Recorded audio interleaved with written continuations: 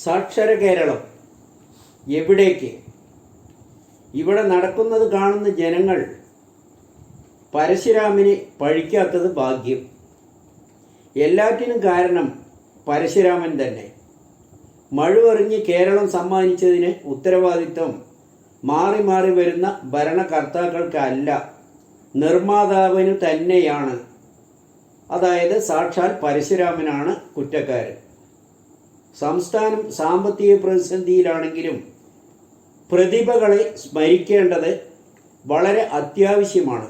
രാജ്യത്ത് അതിർത്തി കാക്കാൻ പോയ ജവാന്മാർ, വീരമൃത്യു വരിച്ചവരും നിത്യജീവിതത്തിന് ആവശ്യമായ സാധനങ്ങൾ ഉൽപ്പാദിപ്പിക്കുന്നവരെയും തുടങ്ങി എല്ലാ നിർമ്മാണ പ്രവർത്തകരെയും സ്മരിക്കേണ്ടത് അനിവാര്യമാണെന്ന് ജനങ്ങൾ ആഗ്രഹിക്കുന്നതിൽ തെറ്റു പറയാനാകില്ല. സ്മാരകങ്ങൾ ഉയരണം.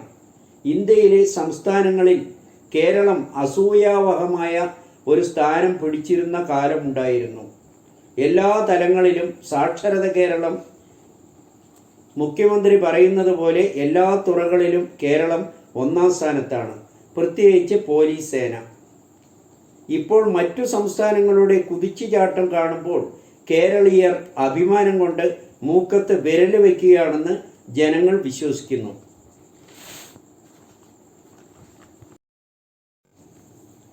KM മാണിക്ക് ശേഷം ബാർ കോഴ വീണ്ടും വിവാദമാകുന്നു. എല്ലാ ബാറുകളും പണം നൽകിയാൽ 250 കോടിയാകും, പരിശോധിക്കണമെന്ന് CPI നേതാവ് KK ശിവരാമൻ. ബാർ കോഴ ആരോപണം ഗൗരവമേറിയതെന്ന് LDF ഇടുക്കി ജില്ലാ കൺവീനറും CPI നേതാവുമായ KK ശിവരാമൻ.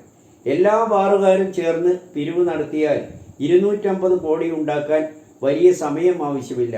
പണമുണ്ടെങ്കിൽ സർക്കാരിനെ സ്വാധീനിക്കാൻ കഴിയൂ എന്ന് പറയുന്നത് അതീവ ഗൗരവമുള്ള കാര്യമാണ്. കൃത്യമായ പരിശോധന വേണം.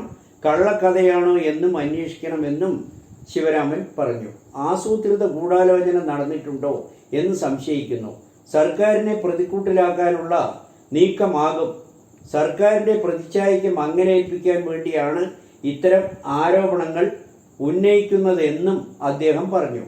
ബാർ ഉടമകൾ 2.5 ലക്ഷം വീതം രൂപ എടുത്താൽ ഉടനടി അതിനെപ്പറ്റി അന്വേഷിക്കണമെന്നും ബാർ ഉടമ സംഘത്തിൻ്റെ സംസ്ഥാന വൈസ് പ്രസിഡന്റ് അനിമോൻ്റേതായി പ്രചരിപ്പിക്കുന്ന ശബ്ദ സന്ദേശത്തിൻ്റെ ഉള്ളടക്കം നമുക്കായി ഇളവുകൾ നൽകുമ്പോൾ കൊടുക്കണം എന്നാണ് ഇതിൽ പറയുന്നത്.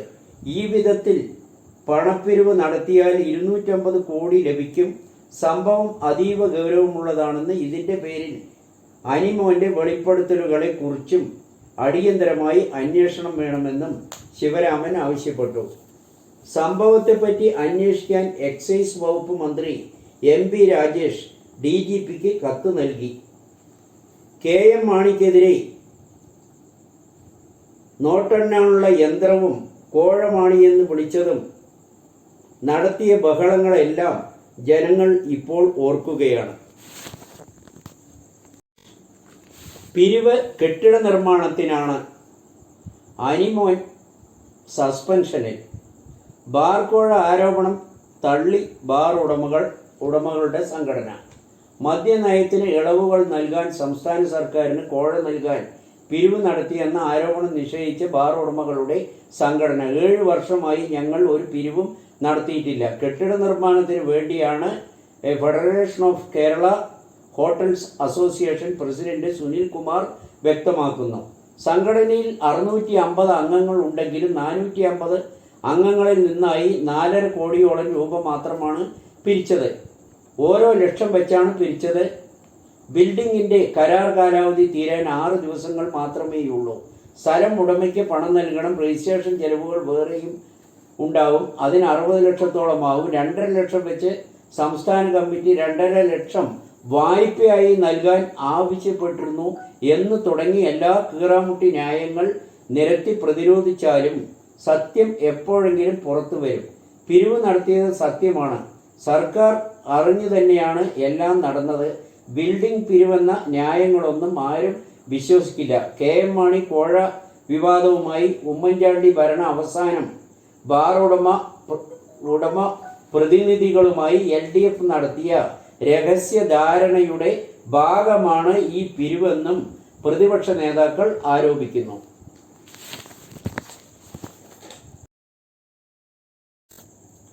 ബാർക്കോഴ ആരോപണം മന്ത്രി MP രാജേഷ് രാജിവെക്കണമെന്ന് KPCC പ്രസിഡന്റ് K സുധാകരൻ ആവശ്യപ്പെട്ടു. സർക്കാർ അബ്കാരികളുടെ കയ്യിൽ കിടന്ന് കളിക്കുകയാണെന്നും കോൺഗ്രസ് നേതാവ് തിരുവഞ്ചൂര് ആരോപിച്ചു.